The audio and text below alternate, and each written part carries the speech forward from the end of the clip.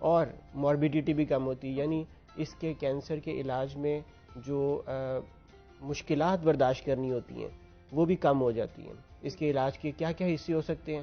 ایک آپریشن ہے، دوسرا شعائیں لگتی ہیں، تیسرا کیمو تھراپی ہو سکتی ہے، اس کے علاوہ ہارمون تھراپی. کتنا میکسیمم اس کا پروسیجر ہوتا ہے، کتنا ٹائم لگ جاتا ہے؟ یہ ڈپینڈ کرتا ہے کہ پیشنٹ کس سٹیج پہ ہمارے پاس پریزنٹ کیا ہے. اگر تو ارلی سٹیج میں ہے تو بعض دفعہ صرف ریڈیشن کے ساتھ علاج ممکن ہو سکتا ہے، بعض دفعہ صرف آپریشن کے ساتھ علاج ممکن ہوتا ہے. اس کے علاوہ کچھ ایسی ہارمونز تھراپی ہوتی ہیں جس میں کچھ انجیکشنز لگ جاتے ہیں یا چھوٹا سا آپریشن کیا جاتا ہے جس کے ساتھ ہارمونز کا بیلنس کو واپس کیا جاتا ہے. امبیلنس جو ہوتا ہے اس کے ساتھ یہ پروسٹیٹ جو بڑھاوا جو ملتا ہے پروسٹیٹ کینسر کو، اس کو کنٹرول کیا جا سکتا ہے. ابھی آپ نے تذکرہ کیا ہے کیمو تھراپی کا، تو یہ کس سٹیج پر ہوتی ہے جا کر؟ اگر تو ڈیزیز بڑھ چکی ہے، میٹاسٹیٹک ڈیزیز ہے، میٹاسٹیٹک سے مراد ہے کہ کینسر پھیل چکا. ابھی آپ نے شروع میں انٹروڈکشن میں بتایا کہ یہ اکثر بونز میں چلی جاتی ہے. اس کے لیے ٹیسٹ کروائے جاتے ہیں، اور اگر پتہ چلے کہ بیماری بونز میں جا چکی ہے تو اٹ مینس کہ یہ سٹیج 4 ہے اور میٹاسٹیٹک ہے. اس کا مطلب ہے بیماری کو کنٹرول کیا جا سکتا ہے، ختم نہیں کیا جا سکتا. اور اس سٹیج پہ ہمیں مریض کو کیمو تھراپی اور لمبی دورانیے کے لیے استعمال کرنے والی دوائیوں کے اوپر اس کو شروع کرنا ہوتا ہے. تو یہ جسم کے کس حصے کو افیکٹ کرتی ہے؟ زیادہ ہڈیوں کو یہ افیکٹ کرتی ہے؟ یہ کسی بھی حصے کو افیکٹ کرتی ہے، لیکن زیادہ اس کی سمٹمز ہڈیوں سے متعلق ہی ہوتی ہیں. اور پیلوس میں، جیسے آپ کولے کی ہڈیوں میں بتایا، ٹانگوں کی ہڈیوں میں اور جسم میں کسی بھی ہڈی کے اندر اس کے جراثیم جا سکتے ہیں اور اس کے سیلز وہاں پہ جا کے اپنا پروسٹیٹ کینسر کی سمٹمز جیسے درد، جیسے فریکچرز اور کمزور ہڈیاں، آسٹیوپینیا، اس طرح کی سمٹمز کو ظاہر ہو سکتی ہیں. تو جیسے کہ چھاتی کا جو سرطان ہے وہ نارملی جو ہے خواتین میں زیادہ ہے، اس کی جو ہے شرح زیادہ بتائی جاتی ہے، لیکن یہ جو ہے یہ مردوں میں اس کی تعداد زیادہ بتائی جا رہی ہے، اس کی شرح زیادہ ہے. جی، پروسٹیٹ ایکچولی ہوتا ہی مردوں میں، خواتین میں تو یہ ہوتا ہی نہیں ہے، اس لیے یہ مردوں میں زیادہ ہے اور ایج کے ساتھ ساتھ اس کے پیدا ہونے کے چانسز بڑھ جاتے ہیں.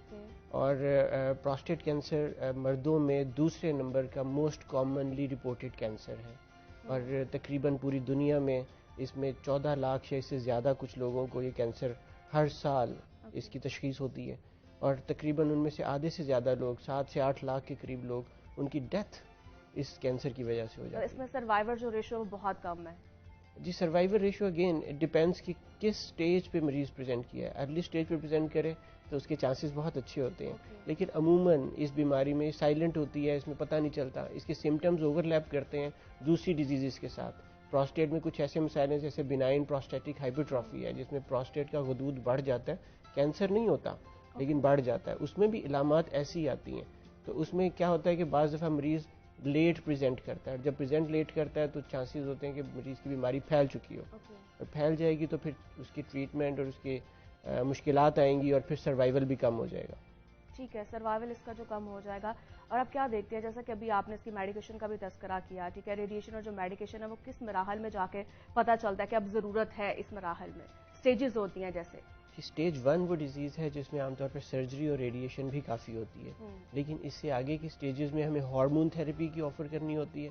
اور جب ڈیزیز پھیل چکی ہو بونز میں یا کسی اور جگہ پہ ڈیزیز چلی گئی ہو تو پھر ہمیں کیمو تھراپی اور ایگریسو تھراپیز کنسیڈر کرنی پڑتی ہیں. ٹھیک ہے، کیا دیکھتے ہیں آپ کہ کیسا خاص طور پر مردوں کا لائف سٹائل ہونا چاہیے؟ کہ جیسے کہ آپ نے بتایا کہ جب 60 یا 60 پلس کی ایج میں جاتے ہیں تو پھر وہ جو ہے آبویسلی اس میں مبتلا ہو جاتے ہیں، تو کیا لائف سٹائل ہونا چاہیے کہ اس بیماری سے بچا جا سکے؟ بیسیکلی کیا ریمیڈی کیا ہونی چاہیے؟ سب سے امپورٹنٹ بات ہے اسموکنگ سے بچنا، ایکسرسائز کرنا، ہیلدی ویٹ میں رہنا، اپنی ڈائٹ کا خیال رکھنا، پروسیسڈ میٹ اتنا نہ کھانا، ہائی فیٹ ڈائٹ سے بچنا، سبزیوں اور پھلوں کا استعمال زیادہ کرنا، ٹماٹر، پالک اور اس طرح لہسن، انار اور اس طرح کے پھل جو کہ اس میں فائدہ مند ہو سکتے ہیں، ان چیزوں کا استعمال زیادہ کرنا. نیچرل لائف سٹائل کی طرف آنا، نہ کہ وہ ہم ڈائٹ میں اپنی فیٹس کا استعمال زیادہ کرتے رہیں، ہم ایکسرسائز نہ کریں، سیڈنٹری لائف سٹائل ہوگا تو اوبیز بھی ہو جائیں گے اور چانسز ہوں گے کہ کینسر نہ صرف پروسٹیٹ بلکہ اور بھی کینسرز کے پیدا ہونے کے چانسز اس میں بڑھ جاتے ہیں. بیسیکلی جو اسموکنگ حضرات ہیں یہ ان کے لیے زیادہ ڈینجرس ہے. جی، اسموکنگ تو جی میں سمجھتا ہوں کہ اس کے اوپر مکمل بین ہونا چاہیے. اور اسموکنگ کی وجہ سے نہ صرف کینسر اور ہر طرح کینسر، لنگ کینسر اور مطلب there are more then 60 cancer جو لنگ اسموکنگ سے متعلق ہیں. پلس یہ کہ یہ اگر کینسر نہیں بھی ہے تو اس میں ہائپر ٹینشن، دل کے مسائل اور بہت سارے مسائل اس کے ساتھ آ جاتے ہیں. اسموکنگ سے جتنا دور رہا جائے اتنی اچھی بات ہے. ٹھیک ہے، جیسا کہ بالکل اس حوالے سے اس آگاہی کا ہفتہ بھی منایا جا رہا ہے، تو کیا دیکھتے کہ کس طرح سے لوگوں میں اویئرنیس پیدا کی جا رہی ہے؟ دیکھیے یہ دنیا میں تو ہر سال منایا جاتا ہے، پاکستان میں اس کے اوپر کم کام ہوتا ہے، اور یہ ایک بڑا اچھا سٹیپ ہے جو آپ کے چینل نے بھی شروع کیا کہ اس کے اوپر ہمیں سوشل میڈیا پہ، ہمیں پرنٹ میڈیا پہ اس طرح اس پہ بات کرنی چاہیے، لوگوں کو انوالو کرنا چاہیے اور انہیں آگاہی دینی چاہیے کہ اگر اس طرح کی سمٹمز آئیں جو مثانے سے متعلق ہیں اور اس ایج میں آئیں جس میں 50 یا 60 سال کے بعد اس طرح کی سمٹم آنی شروع ہوتی ہیں، تو اس میں اپنے ڈاکٹر سے رابطہ کر کے اس کے متعلق ٹیسٹ کروائے جائیں اور اس کو ڈائگنوز کیا جائے کہ یہ مسئلہ ہے کیا. ٹھیک ہے، تو اب کیا دیکھتے ہیں کہ جس طرح سے ابھی آپ نے بات کی ہے کہ پاکستان میں جو ہے اویئرنیس کم ہے، تو کیا دیکھتے ہیں آپ کے کس طرح سے اور مزید اقدامات ہونی چاہیے تاکہ لوگوں میں اس بیماری کے حوالے سے اویئرنیس پیدا ہو؟ ہمیں خاص طور پہ یہ ڈائٹ، ایکسرسائز اور اینٹی اسموکنگ کیمپین اس کو انکلوڈ کر دینا چاہیے اپنے کریکولمز میں، اپنے سلیبس میں. اس میں ہمیں اپنے بچوں کو بتانا ہوگا کہ اس سے اوائڈ کرنا کتنا ضروری ہے. ایجوکیشن بہت ضروری ہے. یہ تو ہم اس نسل کی بات کر رہے ہیں نا جو بڑی ہوگی، اسی کو ہی ہمیں ایکوپ کرنا ہے اس نالج کے ساتھ کہ ہمیں کیسے اپنا لائف سٹائل چینج کرنا ہے. اور دوسرے نمبر پہ آج کے لیے ہمیں اس چینل کے تھرو لوگوں کو انفارم کرنا چاہیے، پرنٹ میڈیا کے تھرو، سوشل میڈیاز پہ کیمپین چلنی چاہیے. ہمارے پاس جو لوگ ہاسپٹلس میں آئے ان کو تھوڑا انفارم کرنے کے لیے کچھ وہاں پہ انفارمیشن ان کو بروشرز کے ذریعے دینی چاہیے. یہ ساری چیزیں ہیں جس کے ساتھ ہم کچھ آگاہی پھیلا سکتے ہیں. اوکے، جیسے کہ ہمیں ہسپتال سے وابستہ ہیں تو کیا دیکھتے ہیں کہ وہاں پر فیسلٹیز اتنی ہیں، جو بھی مریض آتے ہیں پراپر طور پر جو ہے ان کی کیئر کی جاتی ہے؟ جی فیسلٹیز تو کم ہیں، اس میں کوئی شک نہیں ہے. آبادی بہت زیادہ ہے، کینسر کی پرٹیکولرلی فیسلٹیز اتنی نہیں ہے کہ وہ سارے مریضوں کو ایک اس طرح کی کوالٹی میڈیسن اور کوالٹی علاج اور اس طرح کی توجہ مل سکے. لیکن حکومت کوشش کر رہی ہے. ہم نئی مشین ریڈیشن کی لینے کے لیے جا رہے ہیں. ہمارا یونٹ جو ہے دوبارہ سے بنا ہے، اس میں کافی اس میں چیزیں ڈیولپ نہیں ہو رہی ہیں، اور امید ہے کہ وقت کے ساتھ بہتری آ جائے گی انشاءاللہ. ٹھیک ہے، جیسا کہ ہسپتالوں میں جب آتے ہیں جو اس مرض میں مبتلا ہوتے ہیں، جو پیشنٹ ہوتے ہیں، تو کیا وہ اس چیز کو ایکسیپٹ کر لیتے ہیں یا انہیں آگاہی ہوتی ہے اس بارے میں کہ ہمارے کیونکہ کینسر آپ کو پتہ ہے ایک ایسا ہے کہ نام سنتے ہی لوگ پریشان ہو جاتے ہیں؟ بالکل آپ ٹھیک کہہ رہی ہیں. یہاں پہ ہمارے کچھ کلچر مختلف ہیں. اس کی وجہ یہ ہے کہ شاید ہماری فائنانسز، ہماری اکانومی اتنی اسٹرانگ نہیں ہے، اور ہم ڈیپینڈنٹ ہوتے ہیں اپنی فیملی کے ان لوگوں پہ جو ہمیں لا سکتے ہیں، لے جا سکتے ہیں ہاسپٹل میں.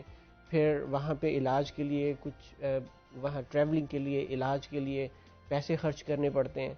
اور پھر لوگوں کے اپنے پیرنٹس کے، کیونکہ بڑے لوگوں کی بیماری ہے نا یہ، ان کے ساتھ محبت ایسی ہوتی ہے کہ اس پہلی بات آئے کہتے ہیں ڈاکٹر صاحب میرے والد صاحب کو پتہ نہ چلے کہ ان کو یہ مسئلہ ہے. تو اس کا خوف زیادہ ہے. لیکن آپ نے جیسے شروع میں بتایا تھا کہ مینی اے ٹائمز یہ ایک سلو گروئنگ بیماری ہے، اور سلو چلتی رہتی ہے، اور اس میں بھی لائف سٹائل کو بہتر کر کے، دوائی کا استعمال کر کے اچھی ایک کوالٹی لائف گزاری جا سکتی ہے. لیکن جب کینسر کا نام آتا ہے تو اس کو عام لوگ جنرلائز لیتے ہیں.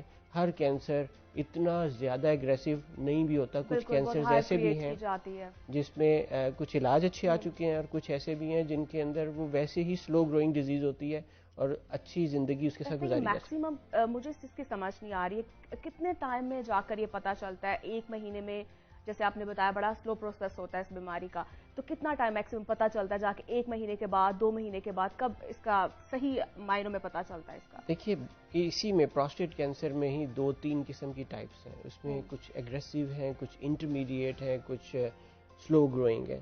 جو سلو گروئنگ ہے ان میں تو it takes years to diagnose this cancer. اس میں شاید 2-3 سال یا اس سے بھی زیادہ سال لگ جائیں کہ سمٹمز آ رہی تھیں اور کینسر کا پتہ نہیں چلا. لیکن جہاں تک باقی ایگریسو کا سوال ہے، اس میں مریض 1 سال یا اس سے کم عرصے کے اندر ان سمٹمز کے ساتھ آ جاتا ہے اور اس کی بیماری بھی پھیل چکی ہوتی ہے. تو اس لیے ہم اس کو ایکسپرٹس پہ چھوڑ دینا چاہیے کہ اس کو کیسے کر سکتے ہیں. لیکن اصل چیز یہ ہے کہ آپ کو ہیلپ سیک کرنی چاہیے. اگر سمٹمز آ رہی ہیں تو ڈاکٹر سے ملنا،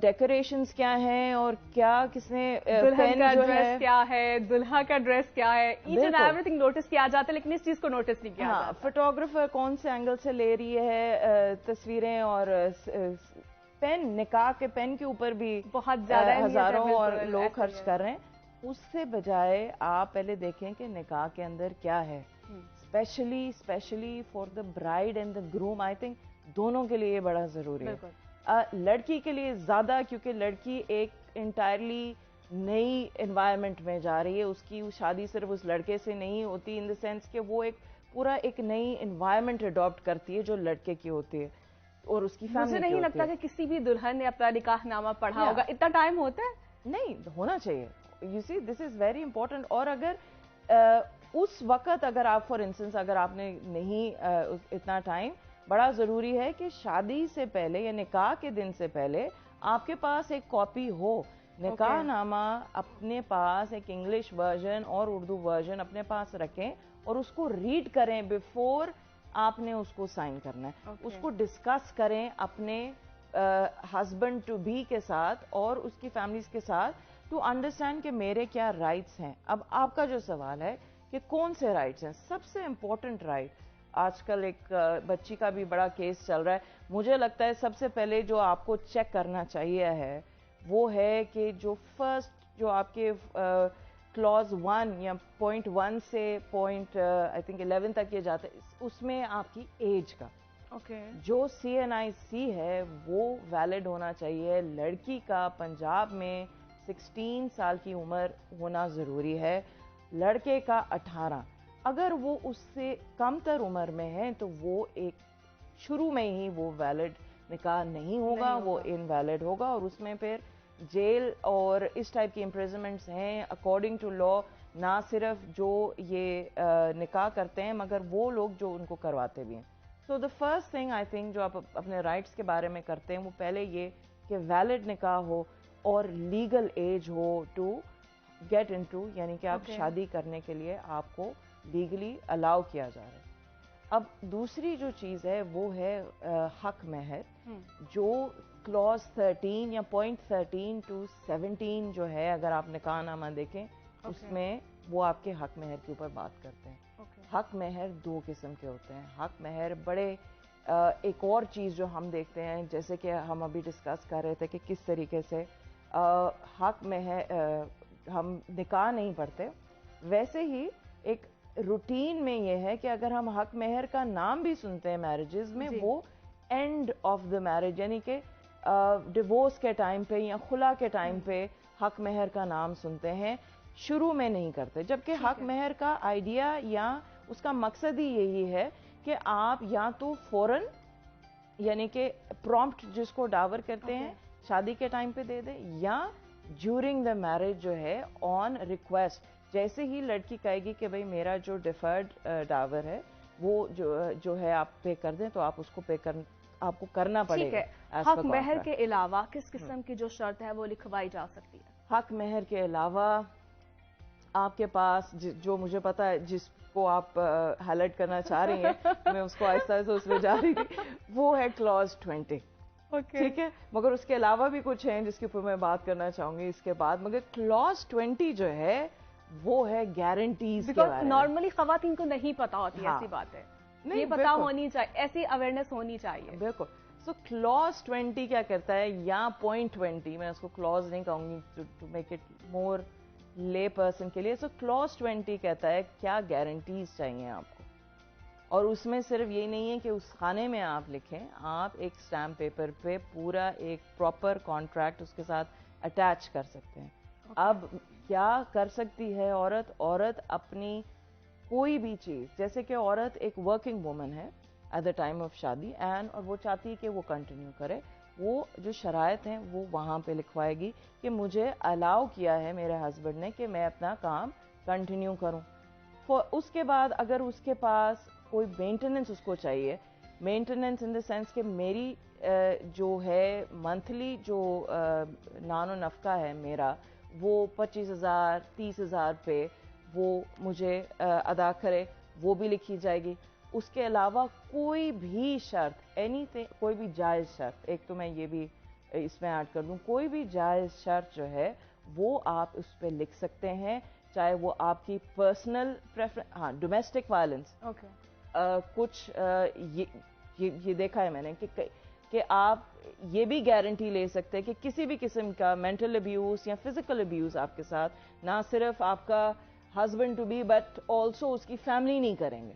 سو یہ جو ہے, اور اگر کیا تو اس کے اوپر ڈیمیجز پڑ سکتے ہیں. اب وہ کیا کر رہی ہے, وہ یہ نہیں کہہ رہی کہ وہ اس کو ڈیورس کی طرف لے کے جائے گی. اگر کوئی اس ٹائپ کے سچویشنز آتے ہیں جیسے کہ وہ اس کو وہ الاؤ نہیں کر رہا اس کو کام کرنے کے لیے, یا اس کو پڑھنے کے لیے نہیں لے کے الاؤ کر رہا, تو پھر آپ سوٹ فار اسپیسیفک پرفارمنس عدالت میں آپ اس کے اوپر, اس بریچ آف دیٹ کلوز, اس کلوز کے اوپر آپ جاتے ہیں اور وہ آپ پھر عدالت سے امپلیمنٹ کراتے ہیں. سو اس سے پھر یہ ہوتا ہے کہ آپ کی جو ایک پورا نکاح نامہ اور نکاح کا جو انسٹیٹیوٹ ہے وہ ہلتا نہیں ہے, اس میں جو اگریمنٹس جو ہیں وہ آپ امپلیمنٹ کروا سکتے ہیں عدالت. یہ تو ہو گئی دلہن کے لیے, کیونکہ خواتین بیٹھی ہیں تو مرد حضرات جو دیکھ لیں گے وہ کہیں گے خواتین صرف اپنا ہی سوچ رہی ہیں. تو اب کیونکہ دلہا ہے obviously دلہے کا بھی رائٹ ہے, تو کیا دلہا بھی جو ہے وہ لکھوا سکتا ہے کوئی شرائط؟ ایبسولوٹلی, دونوں کی طرف سے گارنٹیز جو ہیں دونوں نے آپس میں میوچلی ڈیسائیڈ کرنی ہے. اینڈ دیٹ از وائی ایک ٹرینڈ یا ایک طریقہ ہمیں ابھی یہ بنانا پڑے گا کہ دونوں husband and wife to be آپس میں بیٹھ کے اس کو ڈسکس کریں before the signing of the nikah کہ یہ میری ریکوائرمنٹس ہیں, یہ میری ریکوائرمنٹس ہیں, اور آپس میں ایک اگریمنٹ جو ہے یا اس کالم میں لکھیں, اگر اس کالم میں جگہ نہیں ہے اور زیادہ آپ کی کچھ ہے, آپ اس کو ایک سیپریٹ اسٹیمپ پیپر پہ اگریمنٹ کو اس کو اٹیچ کر دیں نکاح کے ساتھ. That is considered to be part of the nikah, وہ نکاح کا کے ساتھ وہ اٹیچ ہو جاتا ہے. ایک اور چیز, غلط طریقے سے انڈیوس کرنا, وہ چیزیں جو آپ کر نہیں سکتے, جیسے کہ کچھ ایسے کیسز آئے ہیں جو میں بھی کر رہی ہوں, عدالتوں میں ہیں, لڑکی کو اس خانے میں لکھ دیا کہ میں آپ کو اتنی پراپرٹی جو ہے وہ دے رہا ہوں یا یہ اپنا گھر دے رہا ہوں, اور وہ ایک رانگ فل انڈیوسمنٹ یا ڈیسیٹفل میرج میں کے ایمبٹ میں آ جاتی ہے کہ وہ کر نہیں سکتے, ان کے پاس چیزیں نہیں ہوتی, مگر پھر بھی وہ اس کا مس یوز کر رہے ہیں. اگر آپ اس کا مس یوز کریں گے تو نہ صرف یہ ایک سول یعنی کہ ایک آپ سوٹ فار اسپیسیفک پرفارمنس کر سکتے ہیں فار بریچ آف کانٹریکٹ, مگر یہ پھر ایک کرمنل میٹر بھی ہو سکتا ہے. So please it is very important کہ آپ اس کا غلط استعمال بھی مت کریں, اور اتنا کہ آپ دونوں ریزنبلی اس کو فالو کر سکیں. بالکل, میں یہ جاننا چاہوں گی آپ سے, جیسا کہ آپ نے کہا کہ حق مہر کے علاوہ جو ہے شرائط رکھ سکتی ہے دلہن, اور اگر یہ والی شرط اگر دلہن رکھنا چاہتی ہو کہ دوسری شادی جو ہے وہ نہیں کر سکتا لڑکا, تو اس جو قانونی اس کی حیثیت کیا ہے؟ قانونی حیثیت یہ ہے اس کی کہ اس کی ایک یہ جو ہم بات کر رہے تھے یہ کلوز کی, اس کے علاوہ ایک اسپیسیفک سیکشن ہے جہاں پہ وہ ڈسکس کر رہے ہیں کہ لڑکے کی شادی اور اس کی دوسری شادی اگر اس کے ہونے کے ٹائم پہ کیا ہوگا. سو وہ جو چیزیں ہیں وہ اسپیسیفکلی ڈیسائیڈ کی گئی ہیں, اور اس میں آپ جو ہے ایکچولی لکھ سکتے ہیں کہ یہ جو اگر پرمیشن 1 اکارڈنگ ٹو لا جو ہے, اب تو ویدر وہ لڑکی اس کو اجازت دے یا نہ دے, آپ نے اگر دوسری شادی کرنی ہے آپ اسی طریقے سے کر سکتے ہیں اگر آپ کو پرمیشن ملے فرام دا فرسٹ وائف. دس از دا لا. اب یہ اگر آپ نہیں کرتے تو پھر آپ کو فائن یا جیل ہوتا ہے. آپ کو یہ لے کے تو یہ سوچنا کہ میری بیوی نے اسپیسیفکلی نہیں لکھایا نکاح پہ یا کہیں پہ مینشن نہیں ہے, وہ چیز بھی غلط ہے. So that is why I think it is very important to understand قانونی حیثیت اس کی قانونی حیثیت انڈیپینڈنٹلی ہے. آپ دوسری شادی نہیں کر سکتے جتنی دیر تک آپ یونین کاؤنسل کو نوٹس نہ دیں, اور یونین کاؤنسل پرمیشن لیتی ہے فرسٹ وائف سے, تبھی آپ دوسری شادی کر سکتے ہیں. سو ایز سچ اس کی ریلائبلٹی نکاح کے اوپر نہیں ہے کہ آپ نے اسپیسیفکلی اس کو لکھا جائے, بیکاز قانون ہے, مگر اس کے علاوہ آپ نکاح پہ یہ لکھ سکتے ہیں, اور آپ اس پہ بڑا ڈیٹیل میں آپ بتا سکتے ہیں کہ آن دی کنڈیشن کہ یہ دوسری شادی نہیں کرے گا. فار انسٹنس جیسے کہ آپ کے پاس رائٹ ٹو ڈیورس بھی ہے. رائٹ ٹو ڈیورس جو ہے وہ جو میں نے دیکھا ہے کچھ کیسز میں وہ تب ہوتا ہے, فار انسٹنس اگر یہ دوسری شادی کر لیتے ہیں تو آپ پھر اس کو ڈیلیگیٹ کر دیتے ہیں لڑکی کی طرف سے لڑکی کو دے دیتے ہیں, جو اس کو ہیلپ کرتا ہے ان دا سینس کہ اس کو پھر عدالتوں میں نہیں جانا پڑتا اور اس کا حق مہر بھی اس طریقے سے پروٹیکٹڈ ہوتا ہے. سو یس, دس از سم تھنگ جو آپ کر سکتے ہیں اپنے نکاح نامے. تو اس کے علاوہ اور کون کون سی آپ دیکھتی ہیں کہ دلہا دلہن جو ہے وہ شرائط رکھ سکتے ہیں, ان کی قانونی حیثیت کیا ہو سکتی ہے؟ دیکھو, لائک آئی سیڈ, کام کرنے کی, مینٹیننس کی, اس کے علاوہ ایجوکیشن کی, ایک طریقہ, اگر وہ سیپریٹ گھر اپنا سیپریٹ پورشن لینا چاہتی ہے جو اس کا نہ صرف قانونی مگر اس کا ایک اسلامک حق بھی ہے, شرعی حق بھی ہے, کہ وہ اگر ایک طریقے سے رہنا چاہتی ہے وہ کر سکتی ہے. لڑکا بھی اگر اس کی کوئی ریکوائرمنٹس ہیں وہ ساری وہ لکھوا سکتا ہے, اگر وہ ایک سرٹن لمٹ پہ, فار انسٹنس وہ اسے 20,000 دے سکتا ہے, تو وہ اس پہ وہ لکھ سکتا ہے. سو آپ کو کسی بھی قسم کی شرائط, جائز شرائط جو ہے وہ آپ اس کلوز یعنی کہ کلوز 20 کے انڈر لکھوا سکتے ہیں. ڈپینڈنگ, یو سی میرین, ہر فیملی کا ایک اپنا ایک ایشو ہوتا ہے, یا ایک ایک لڑکی کی ایک اپنی ریکوائرمنٹ ہوتی ہے, اکارڈنگلی وہ پھر ویری کرتی ہے. مگر ہم نے جو دیکھا ہے, جو ایک سٹینڈرڈ ہے وہ یہی ہے کہ مجھے کام کرنے دیا جائے. ہاں یہ بھی ہے کہ میرے جو پیسے ہیں, میرے جو ارننگز ہے, اس کے اوپر کسی کا حق نہیں ہے. میں اپنی ارننگ سے یہ گھر نہیں چلاؤں گی. سو یہ جو چیزیں ہیں وہ اس میں ڈیفینیٹلی ہیں. یا اف شی وانٹس ٹو, سو یہ کہے گی کہ میں اپنی ارننگ کا 50% جو ہے running of the house expenditures میں دے سکتی ہوں, یا رننگ آف دا کچن جو ہے وہ میری رسپانسبلٹی ہوگی. تو یہ ساری چیزیں جو ہیں یہ آپ اس میں لکھوا سکتے ہیں. بہت شکریہ. اور ہمارے ساتھ بیرسٹر امرین قریشی, لا ایکسپرٹ ہمارے ساتھ موجود تھی, اور انہوں نے بہت ہی آپ کو اچھی رائے دی ہیں, اور یقیناً آپ کے نالج میں کچھ نہ کچھ تو اضافہ ہوا ہوگا. یہاں پر وقت ایک چھوٹی سی بریک کا, کہیں مت جائے گا اور کریے گا میرا انتظار. Stay with us.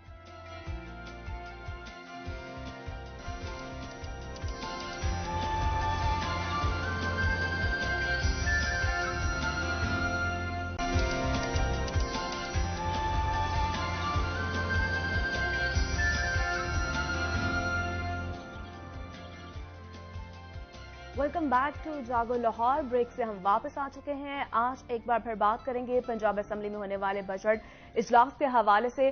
تو سب سے پہلے آپ کو آگاہ کریں گے, کل بروز پیر کو حکومت پنجاب نے بجٹ پیش کرنا تھا.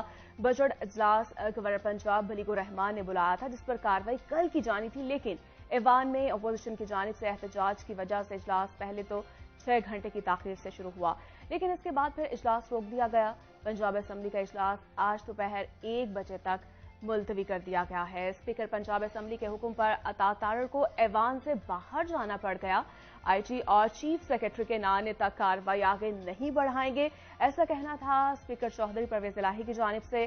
پنجاب کا بجٹ آج بھی پیش کیا جا سکے گا یا نہیں, عوام کو ریلیف ملے گا یا نہیں, کیا ایوانوں کی سیاست صرف احتجاجوں اور انتشار کی متحمل ہو سکتی ہے, کیا غریب کو ریلیف دینے کے لیے سیاستدان اپنی انا کو سائڈ پر رکھیں گے, عوام کی فلاح و بہبود کے لیے کچھ کریں گے.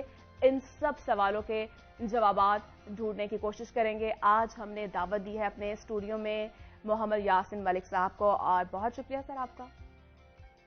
سر, آپ ساری صورتحال آپ کے سامنے ہے. کل بجٹ پیش ہونا تھا لیکن نہیں پیش ہو سکا. آج کی کیا صورتحال ہے, کیا آج بھی بجٹ پیش ہونے کے امکانات ہیں یا نہیں؟ جی میں یہ بتا دیتا ہوں آپ کو کہ کل چونکہ وہ کچھ ہو گیا جو پنجاب اسمبلی کی تاریخ میں پہلے کبھی نہیں ہوا. حکومت اپنی مقررہ مدت پر وہ اپنا بجٹ پیش نہیں کر سکتی. اس کی وجہ تو ظاہر یہ ہے کہ جو اسپیکر ہیں ان کا تعلق اپوزیشن سے ہے. اسپیکر تو آج بھی وہی ہیں, وہی انہوں نے مختلف جو ٹیکٹ ہیں, مختلف حربے استعمال کر رہے ہیں.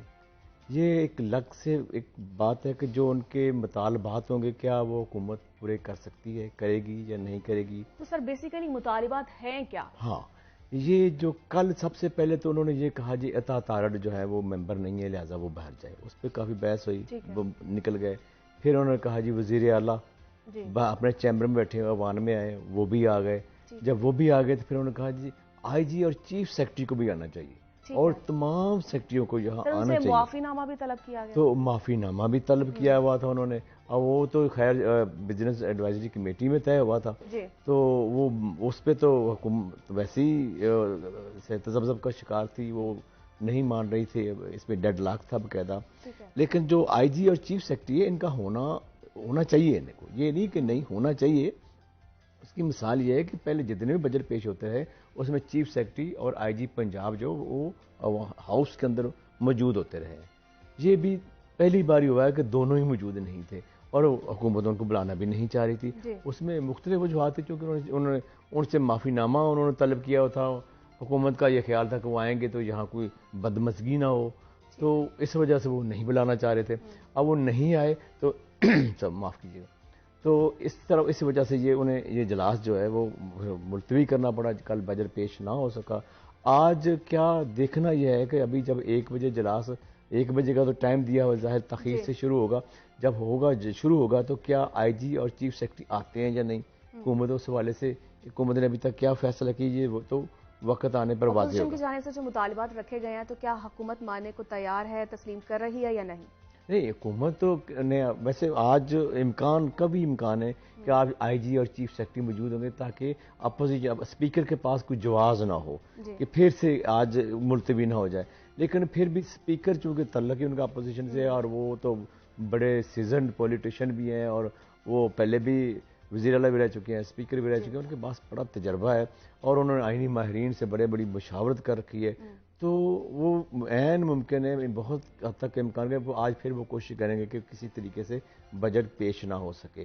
اور مطلب یہ پوری کوشش ہے اپوزیشن کی کہ آج بھی بجٹ جو ہے وہ پیش نہ ہو سکے. مطلب اگر کوئی حکومت اپنا بجٹ پیش نہیں کرتی مقررہ تاریخ پر, تو یہ دیکھا جائے تو حکومت کی ایک توہین ہے.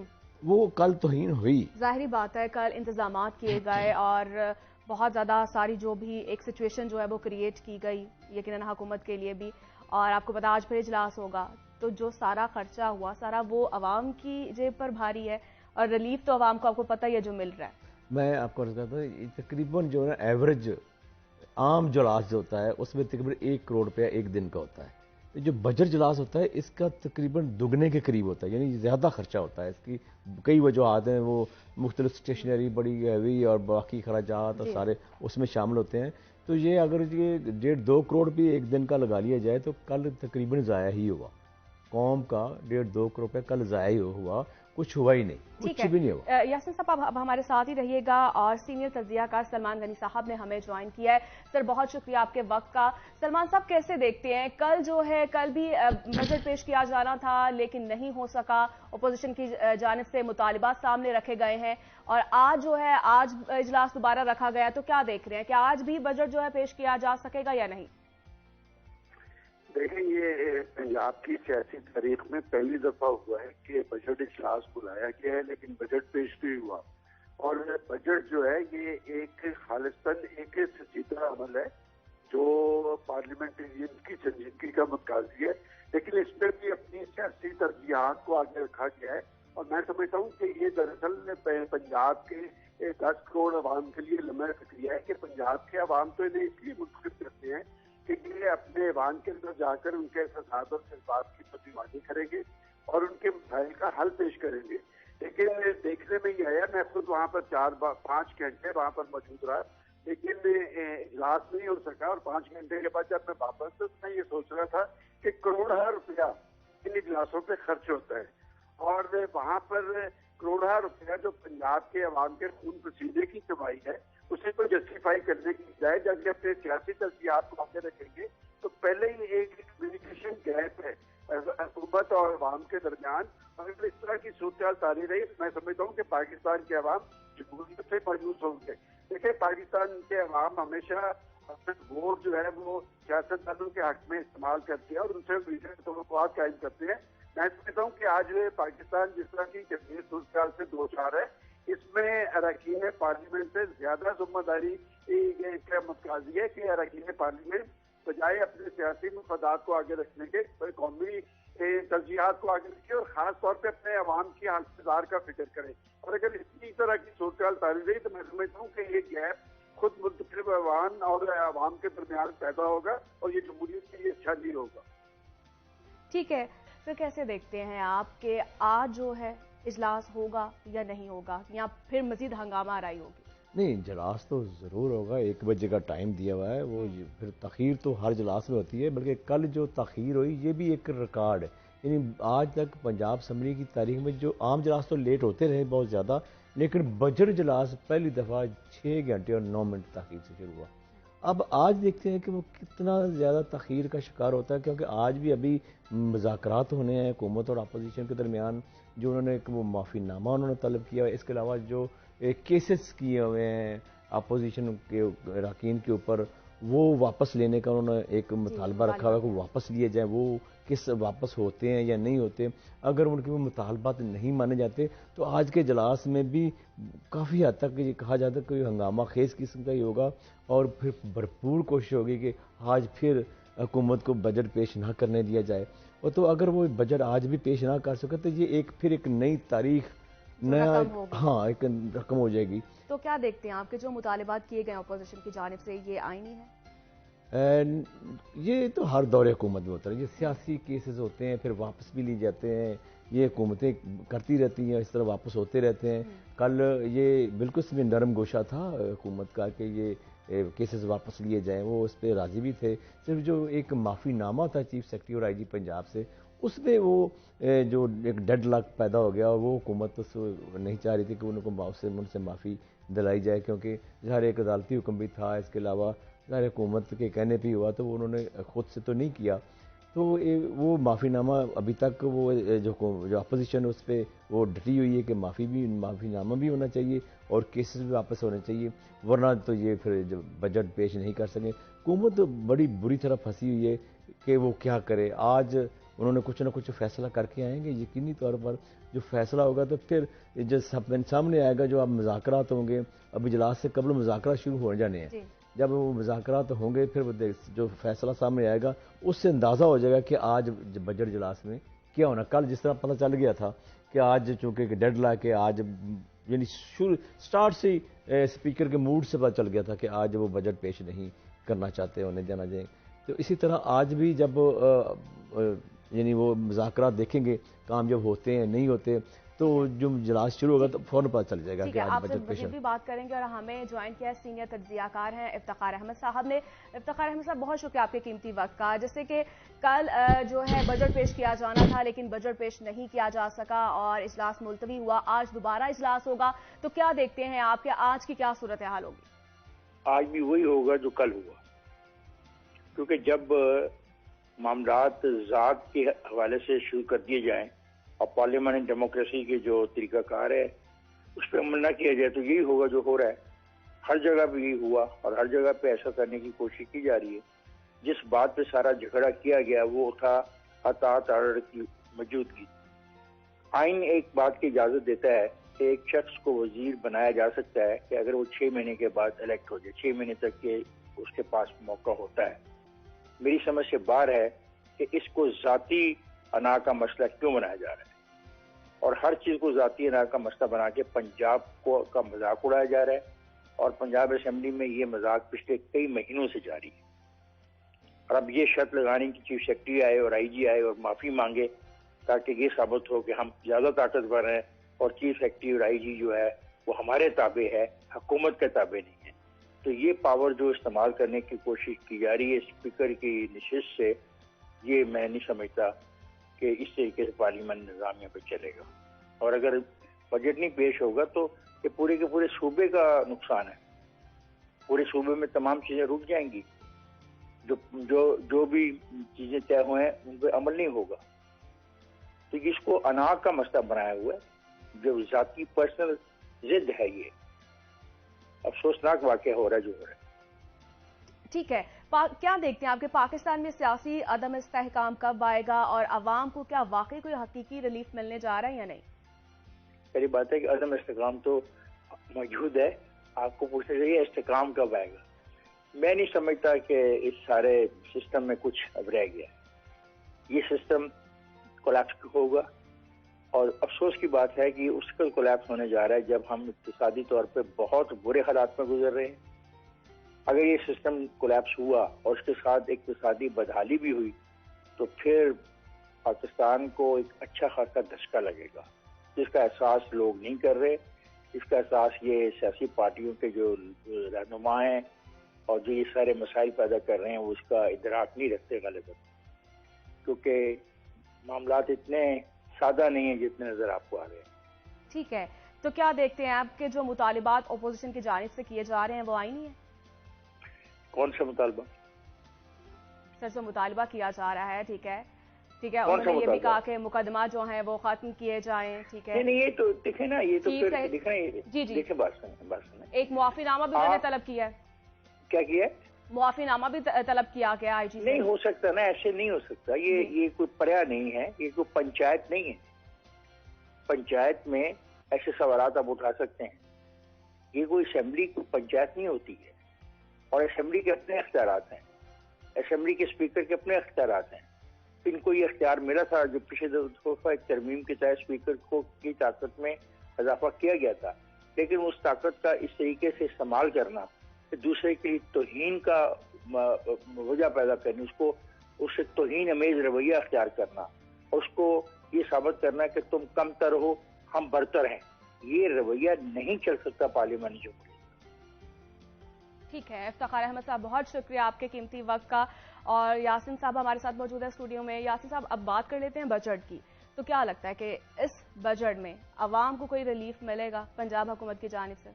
بالکل، حکومت نے بار بار اعلان کیا کہ اس وقت اس بار وہ بالکل ریلیف دیں گے، جیسے انہوں نے کہا کہ سرکاری ملازمین جو ہے ان کو 15% ان کی تنخواہوں میں اضافہ ہے اور پینشن میں 5% اضافہ ہے، ریلیف تو ملے گا یقیناً۔ مہنگائی کے مطابق کوشش کر رہی ہے حکومت کو کہ پہلے کی نسبت کچھ زیادہ ریلیف ملے، پہلے ہمیشہ 10% ہی بڑھتی تھی تنخواہیں، اس بار 15% بڑھی ہیں اور 5% پینشن میں اضافہ ہوا ہے، تو یہ پہلے کی نسبت تھوڑا سا فرق یہی ہے کہ مہنگائی نسبتاً غیر معمولی حد تک بڑھ چکی ہے، تو اگرچہ یہ اس تناسب سے تو نہیں ہے جتنی مہنگائی بڑھی ہے، لیکن کچھ نہ کچھ ریلیف تو ملے گا، اور باقی جو ترقیاتی بجٹ ہیں وہ بھی بڑے ہوئے ہیں، اس کے علاوہ صحت ہے، ایجوکیشن ہے، ان سب میں پچھلے سال کی نسبت انہوں نے زیادہ مختص کی گئی ہے رقم، تو یہ اس میں تو کوئی کہا نہیں جا سکتا۔ تو باقی میں یہ بتا دوں کہ اگر یہ یہ جو بجٹ ہے اس میں یہ مزید یہ کوئی گڑبڑ کی گئی تو یہ 1 جولائی سے تو یہ لاگو ہوتا ہے، اب اس میں کچھ زیادہ دن نہیں رہے، اور یہ بھی میں آپ کو بتا دوں کہ یہ جب آج بجٹ اگر پیش بھی ہو جاتا ہے تو اس کی منظوری کا جو ایک مراحل ہے اس میں بہت زیادہ رکاوٹیں کھڑی کی جا سکتی ہیں، جو اسپیکر ہیں بہت زیادہ ان کے پاس اختیارات ہیں کہ وہ ان کی منظوری مشکل کر دیں گے، منظوری مشکل بنا دیں گے حکومت کے لیے۔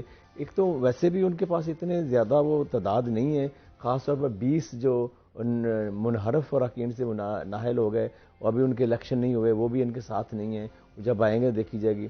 ابھی 186 کی فگر ان کے پاس تو نہیں ہے، لیکن یہ ایک آئینی بحران بھی ہے اس پہ، تو یہ اس کا فائدہ کون اٹھائے گا؟ یہ اسپیکر صاحب اس کا فائدہ اٹھائیں گے کہ پہلے تو آئیز اور نوز کی بنیاد پہ اکثریت معلوم کر لی جاتی تھی، اب جو نیا بحران آیا، نئی جو صورتحال سامنے آئی، اس کے مطابق یہ ہے کہ جیسے قائد ایوان کا انتخاب ہوتا ہے اسی طرح بجٹ کی بھی اسی طرح منظوری ہوتی ہے، اس کے لیے 186 کی فگر چاہیے ہوتی ہے، وہ تو کوئی پوری نہیں کر سکتا۔ ٹھیک ہے، تو اس سے دیکھنا یہ جو جب رکاوٹیں پیدا کرنے پہ آئیں گے تو یہ بہت زیادہ رکاوٹیں پیدا کر سکتے ہیں۔ ٹھیک ہے، بہت سی رکاوٹیں پیدا ہو سکتی ہیں۔ بہت شکریہ ملک یاسین ہمارے ساتھ موجود تھے، اور یہاں پر وقت ایک چھوٹی سی بریک کا۔